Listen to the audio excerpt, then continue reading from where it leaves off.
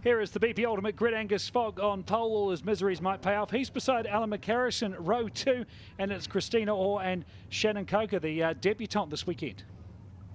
We then see David Hopper fall up next door to Eddie Bow. Eddie Bow, disastrous round so far for him, but hopefully big things to come. Then Chris Pither, we know that car's starting from pit lane, so he's not in that position. Next door to Matt Lockwood. John Hepburn, Dale Williams on row 5 as we head back down the BP Ultimate Grid. Row 6, it's Andrew Anderson and Darren Henderson. Then picking up row 7, we have Paul Manuel and Simon Richards. Paul, disastrous weekend. Then following back on the grid after that, we have Hayden McKenzie and Clark Proctor. Look for big things from Clark. Now we're getting near the guys who will be the big movers, John Penny and Andy Booth. Boothie, another driver, hasn't lived up to his own expectations this weekend. Andy Knight and John McIntyre, who's desperate to hang on to any hopes of the championship. Then the guys out in contention for the round, Craig Baird and Kane Scott. This is where the action's going to unfold. Then further back, Tim Edgell and Nick Ross. Nick Ross starting from the back because of a technical issue. All following the Mercedes Zone safety car, gorgeous car. Could be one of the fastest cars we see on the track. She's an absolute rocket, but there's Johnny McIntyre fighting to regain any hope of the championship. There's so many unknowns in this. Angus Fogg, he's just going to disappear. There is no doubt about that. But it's the back half of the field. There's so many unknowns in here, Sean. I have no idea to call it. Andrew Anderson, no, look at him. He's the fourth row back. Look at him go straight to the right. Pull out and make a mark. Well, there's the predictions from Mork. We've got a green light. We're going for the rolling start. 22 laps of reverse grid racing. The final race, listen to them roar, the Mad Butcher 200. And just like Mark Peterson said, Angus Fogg just pulls away there, but look at the traffic jam and watch these cars fight for position. And Darren Henderson getting well wide right onto the grass on turn 1. We're on board now with Johnny McIntyre. You can see the nose of Kane Scott poking in there. This is the Auckland Harbour Bridge at rush hour, just sped up a couple of hundred times. This is the worst part. Now coming into the head, 3 or 4 cars are going to be all right, but it's just going to be mayhem. The Constantina right now, look at the cars at the back driving into each other. Everybody's slowing down. There is just no options for these guys, unfortunately. Yes, and we'll look out for Chris Pither. He started from pit lane, but right now we're on board with Clark Proctor, of course, too. Tyres are still warming up. They've been sitting on the grid, so the cars are moving around a lot more than they'd probably like. So there's even less room to play, but it won't stop them. This is a physical game, the BNT V8s. And there is Chris Pither. He started on pit lane, but Angus Fogg already with a very healthy gap. So one thing we've seen from Johnny McIntyre, we haven't seen in previous rounds, he's been the aggressor in his reverse grid races, probably because he knows the championship is a tall order now to get it back again, and he's just throwing caution to the wind, and he's going to make his mark. So already as we cross the line in lap 1, and Angus Fogg's got over a 1.5 second lead on Matty Lockwood, who's moved up there. Here we go, Hayden McKenzie. Wow, that is desperate stuff. He done a good job of controlling it. Did he? Well, it doesn't matter, he falls off now because every car's on the inside of him. If he had done it down the front straight, God knows what would have happened. What a wild ride. I thought that was going to start to be the tag slapper to end them all, but he kept it together on a very, well, that is the fastest part of the track. It is, but the other big mover here as well is Timmy Edgell. Here we go, still falling off. And as you say that, Tim has a bit of a loose moment there, getting brakes on splash there. But I tell you, this is just absolute chaos so far. No one seems to be keeping their car in a straight line. And here's the replay. Look at the top of the screen there. He's coming down now. Hayden McKenzie. And he keeps it. He gets in the dirt. But I tell you, that could have been very, very messy. And there's Christina Ross. He said other cars have been bumping it. And it was Coker. Yeah, this race is no different for Christina, unfortunately. But where we back, look at this battle here. 4 or 5 adrift. I think I'm going to shut my eyes and let you call this. Well, I tell you what, they say never hit a lady. Poor old Christina gets walloped everywhere. And Darren Henderson whacks John Penny. Using all the curbs. That quarter of those curbs suddenly finished, and we can see there someone is off into the dirt. I think that's Coker, David Hopper, I think there. Now, Kane Scott was back in 18th, so not the flashiest start from him. It looks like he's trying to make up ground again. I wonder what's happened to him back there. And he's already made up 3 places in half a lap, so he's obviously had a bit of trouble, caught in some traffic, and he's fighting his way back again. It does amaze me how quickly these guys, as we see Johnny McIntyre and Simon Richards, how quickly they make their way through the traffic. Yeah, I'm staggered about how quick they are. We're 4 laps into this 22-lap race, and those guys that started from the back are 8th, 9th in the top 12 there. But look at Angus Fogg. He's a second lap quicker. He's 3.5 seconds in the lead. He is just disappearing. He could almost stop for a cup of tea, I dare say. Got Matty Lockwood right behind him. He's got all the experience in the utes. He knows how to be a moving roadblock. He's not scared of being bumped. So I don't want to tempt fate here for Angus Fogg after such an awful day, but he's looking fairly good. And there is John Hepburn being chased by Andrew Anderson. Andrew, have a look down the inside right now. There you go. You could see the move happening as they're coming down the back straight. But no point holding Andrew up because he's so much quicker. That was a beautiful move, though. Where not a has touch. Craig Baird come from? Oh no! And it had to be. Johnny Mack got bumped by Craig Baird. It had to happen. Simon Richards somehow squeezed out of that one. Yeah, look, Simon was actually coming down. Craig was already in the inside. Johnny had a run on both of them. Nowhere to go. Racing incident. That's how I think the officials will call that. That was absolutely wild. I don't know how they all stayed on the track. I know, look, there was a fair bit of animosity between Craig and Johnny after the first two, but I dare say there's nothing in that. That was just a racing incident. But more critically, that gives the round win at this stage to Craig Baird on paper. And then we say Johnny Mack, he was the big loser there. He's dropped behind Andy Booth. Kane Scott making his way up best he can. He's up to 14th.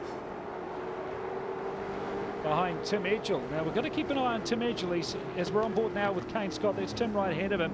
He's been so amazingly quick right through today. But what can he do in traffic? He hasn't really had to contend with traffic so far. Everything changes, and the thing with these races, the closer you get to the front, the tougher it gets to get through because you come across the faster guys. It does, and that's when the experience of the Craig Bairds and Johnny McIntyres is that when you get into competition at the same speed as you, you know you have to commit yourself to the corner. Let's see if Timmy is prepared to do that. And just a note there, the fastest cars on the track, Fogg and Eddie Bell. He's had another one of these guys. He came into this round second in the championship. That's obviously drifted away, but he's had a tough day. So it seems like this is the race of redemption, the reverse grid race. We should maybe change the reverse grid name and call it the race of redemption. What do you reckon? We should do, but Johnny McIntyre is now second in the championship, 1 point ahead of Timmy Edgell going into this race. So these guys, Timmy Edgell, not only is it round on he's going for, but a top 3 position in the championship. I'm glad you're sitting down. Baird's up to 5th. Lap 7 of the final race of the day here on 3.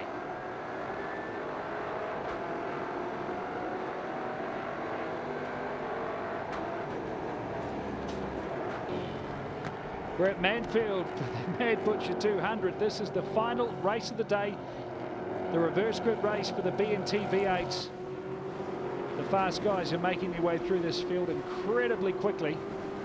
On board now with Kane Scott. Had a bit of trouble earlier on. He dropped back to 18th. He's up to 13th now. But look at that. Andy Booth ahead of Johnny McIntyre. On board now. Castrol Edge Falcon. And there we are right behind Andy Booth, looking for a way past. And I tell you, you've got to look when someone makes the big move. Is that? There it is. It's Andy Knight taking a sniff, and that's John Hepburn off in the Classic Hits Commodore. He's out of the way, but look at Andy Knight making big moves there.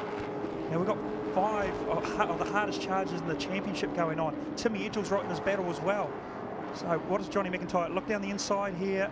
No, the option's not there, unfortunately. Now, obviously, Booth is slipping back because he was ahead of McIntyre.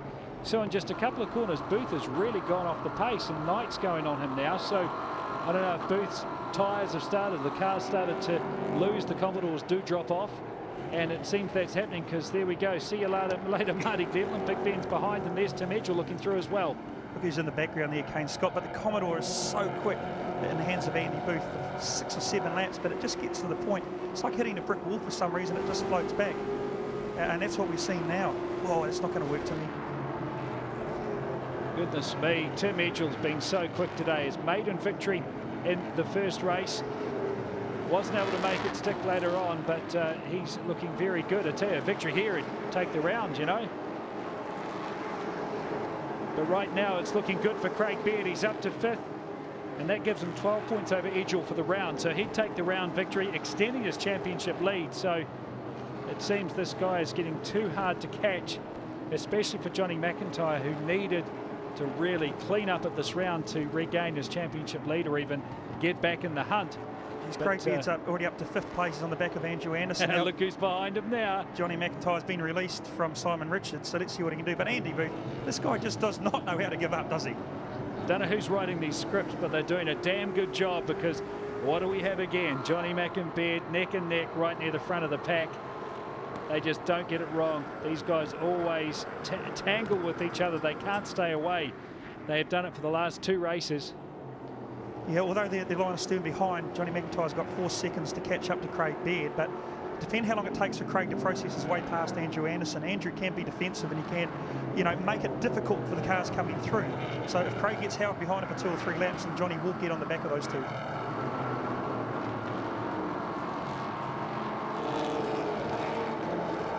So it's Fogg ahead of Eddie Bell, Matty Lockwood, then Craig Beard, Andrew Anderson and Johnny McIntyre. Rounding out the top 10, Andy Knight, Tim Mitchell, Kane Scott. He's up to 9th now with Simon Richards in 10th. And this race is so far from over. Not quite literally, but you just wait, because as these fast guys get nearer the front, the space to get past seems to get a lot narrower than it was earlier in the race, Mark. It does, but the race is settling in. It's established itself now. We're halfway through. The tyre degradation we talked about at the beginning of the show will be kicking in. The brake pedal will be getting longer. These guys, the legs that are normal, they're going to get 6 inches longer towards the end of the race to make sure they can get full brake, because this place, it's hard, it's aggressive on cars. It's not a flaw of the circuit, Sean, it's just part of the racing. Our fellow commentator Jamie McCarthy's very good on the old maths. As we go right now, the championship would have Craig Beard with a 145 point lead over Johnny McIntyre, with Tim Edgell 152 points off the championship lead. So Tim's made big moves so far this weekend. If he can catch up, and although he's back in 8th, you know, he could be the massive mover of the weekend. But Craig Beard's starting to look too far away to catch, with 225 points up for grabs in a round. You know, he could come close to wrapping it up in not this race, but one more race after this. He has, and he can go into the final round at Taupo knowing that, and be conservative if he needs to. But the problem about being conservative is you can actually get yourself in a fair bit of strife, because you end up battling guys you're not normally with, and that's when you have the situation comes in where you can wreck yourself out of a race. Once you've done that, you've got all the hard work to do. Well, this is a sight we probably expected to see a lot more often. The LG Falcon of Angus Fogg. He is clear. He's ahead by 5 seconds. He's circulating, bar the safety car. You'd have to say he's got this one locked up, but you never know. Earlier in the day, broken axle, and that's the race gone. So there's always misery just round the corner, it seems, in this series. The cars do take a real battering, but at the moment, aside from some, I guess, bad luck, sheer bad luck, Angus Fogg's got this one. Yes, and the other thing about Angus is because he hasn't had the most favourable results in the first 2, he would have banked a lot of good tyres, as everybody else would have used them up in the first 2 races. So I wouldn't say it's a strategic move on the team's part by any stretch of the imagination, but success breeds success. And what I mean is, because he's by himself, he's in clean air, he doesn't have to push, he can conserve the car, and the car will stay under him for the whole race.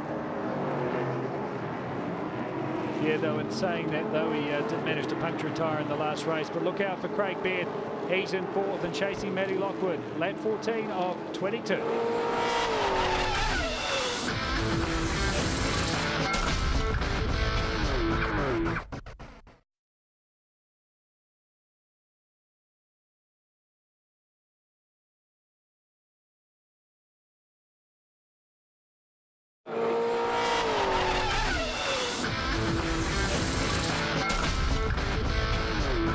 There's a view from on board the VIP Pet Foods Falcon, as Clark Proctor has another look at Andy Booth. He's got to be getting sick of this rear end view of the Commodore by now. And that's exactly what he just done. He thought, thank you, Sean, the commentator's curse. But Andy Booth again, simple crossover, got the inside run. We know that Commodore's a quick car in a straight line. He's not done. He's not done. This battle's not over. He's on the pole line and he's not going to give it up. Wow, now this is a significant pass here. If Timmy can get through, he's just going to get one place, which will probably put him on equal points as it is at the moment with Craig Beard for the round. Well, you're watching Tim Edgell then against Andrew Anderson, but now on board, there it is. See, Booth's still ahead. He's not giving the place up. How long before these guys swap paint?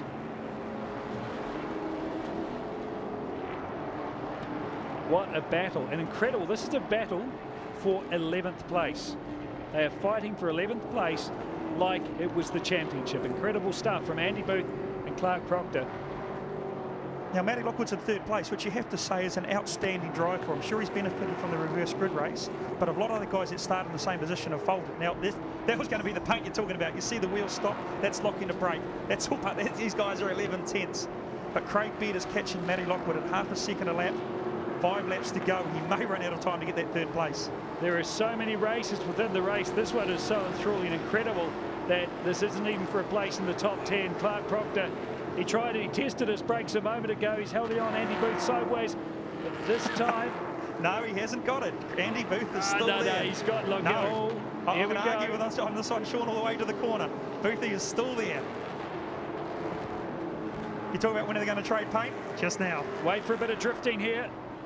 Clark Proctor kicks out. He's got no fear of getting out on the marbles, has he? I reckon if we can actually get the in-car footage of Clark Proctor, I reckon he'll be smiling like Donny Osmond right now. You reckon? No, definitely not. I think he's forgot to breathe. Well, there we go. It looks like he's passed, but Andy Booth is not giving up. This is incredible. A lock-up there, a brief pitch there from Proctor, and look at that. Booth is through. This is remarkable. Like we said, this is the race for 11th. This is how hungry these drivers are in the BNT V8s. Proctor dives back. Yeah, I wouldn't be surprised if Andy does a switch over right now. Get a good run down. Oh, a bit of a kiss. That was the paint. And that's the end of that discussion. Clark's now got the gap that he wanted. Andy's going to come under pressure now from his own teammate. So victory in this particular battle goes to Clark Proctor. That's a lot of work to do for 11th place, but sensational work there from Proctor to keep it in shape and see him sideways through the corner there. But there are races, as we said, all over, and there's Tim Edgell alongside Kane Scott. Kane Scott, the reigning champ, has had such a tough time. Tim Edgell, who really is the young tyro of the series at the moment. He's very, very quick when he gets a clear track. Obviously, reverse grid he hasn't. He's up to 8th. Now, this is a 3-way battle for 11th place, and it hasn't given up. I thought we'd left these guys behind. Now Paul Manuel's joined in.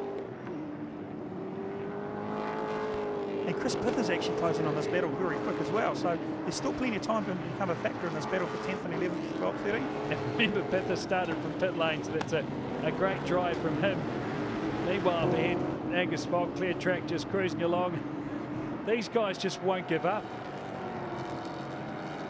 This is just fantastic stuff. The Big Ben Commodore of Andy Booth, the VIP Pet Foods Falcon of Clark Proctor. Swapping leads 3-4 times a lap. It is just brilliant racing. So now, they're look at going to leave them to it. The freight train on the outside, though. These guys will be drafting each other, helping them drag themselves onto the back of this battle. This is just brilliant stuff. You just see how taily that Big Ben Commodore is starting to get there. This is a long race, almost twice as long as the normal distance these cars go. And to just spice things up, if you're quick, you've got to start from the back and work up. Now further up the field, just to keep you in touch, Craig Beard is closing in on 3rd. He's now just 6 seconds behind. He's actually lost a little bit. No, he's actually only 6/10 of a second behind Matt Lockwood. So when they come past the start-finish line and correct the time, I think you'll find they'll be line astern. So that'll be a battle that's lining up. That will be Matt Lockwood's by far his best ever race finish in the NZV8 race. And Craig Beard needs to back the points for the championship and for the round honours.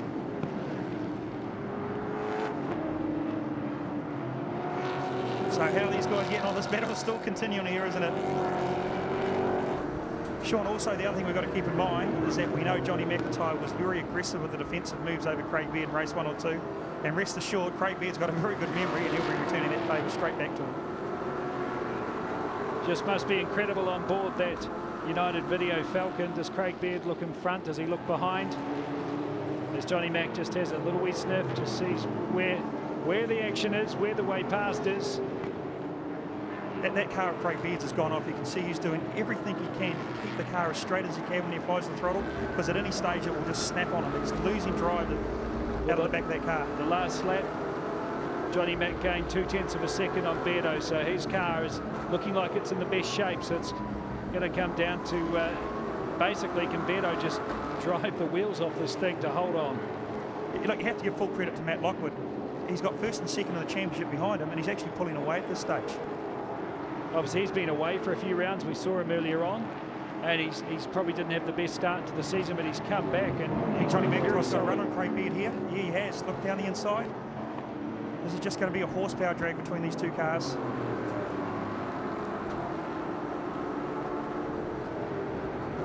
I swear Johnny Mac's been sniffing this one out for a while, just seeing where the grip is, where he can go, how late he can brake, and he's passed him. Last lap, and Johnny Mac gets past Craig Beard. That hasn't happened today. Craig Beard's called all the shots. What can he do? Johnny Mac fighting to bring something back in the championship that was taken off him. Well, he took it off himself, to be fair, at Timaru. But Craig Beard's right on the bumper of that Falcon. And there's Angus Fogg. He's well and truly clear over 6 seconds. He's had it all his own way. All the misery paid off in the reverse grid. He got to start from pole. Eddie Bell quite a distance behind. And finally, something for Fogg and the LG team to cheer about. It has been such a tough weekend. And we are really yet to see the true potential of this car this season. We are 100% right, Sean. He hasn't had the opportunity to shine like he knows he can and like we all know he can, because he's had so many mechanical gremlins and the odd wreck going along the way. But Eddie Bell, fantastic drive for second. Hat off to Matt Lockwood, without a doubt the driver of the day. But Craig Beard, if they finish as it is, he'll get the round win. Well, we saw a breathing fire, and here he is, finally getting a win today. The LG Falcon of Angus Fogg takes out the final race. And it's Fogg and then absolute daylight back to Eddie Bell and Matt Lockwood. What a race from him to hold on and hold out Johnny McIntyre and Craig Beard. That's a commendable effort. But it's hard to take anything away from Craig Beard. He's taken out the round by 3 points over Tim Edgell. Another driver who's just been spectacular. And look at that winning margin. The final race, the Mad Butcher 200 for Angus Fogg, over 6 seconds ahead of Eddie Bell. Matthew Lockwood, good return to the championship for him. Johnny McIntyre ahead of Craig Beard, but Beardo takes the round. Andy Knight, Kane Scott, and Andrew Anderson today, the top hold and finisher in the final race of the day.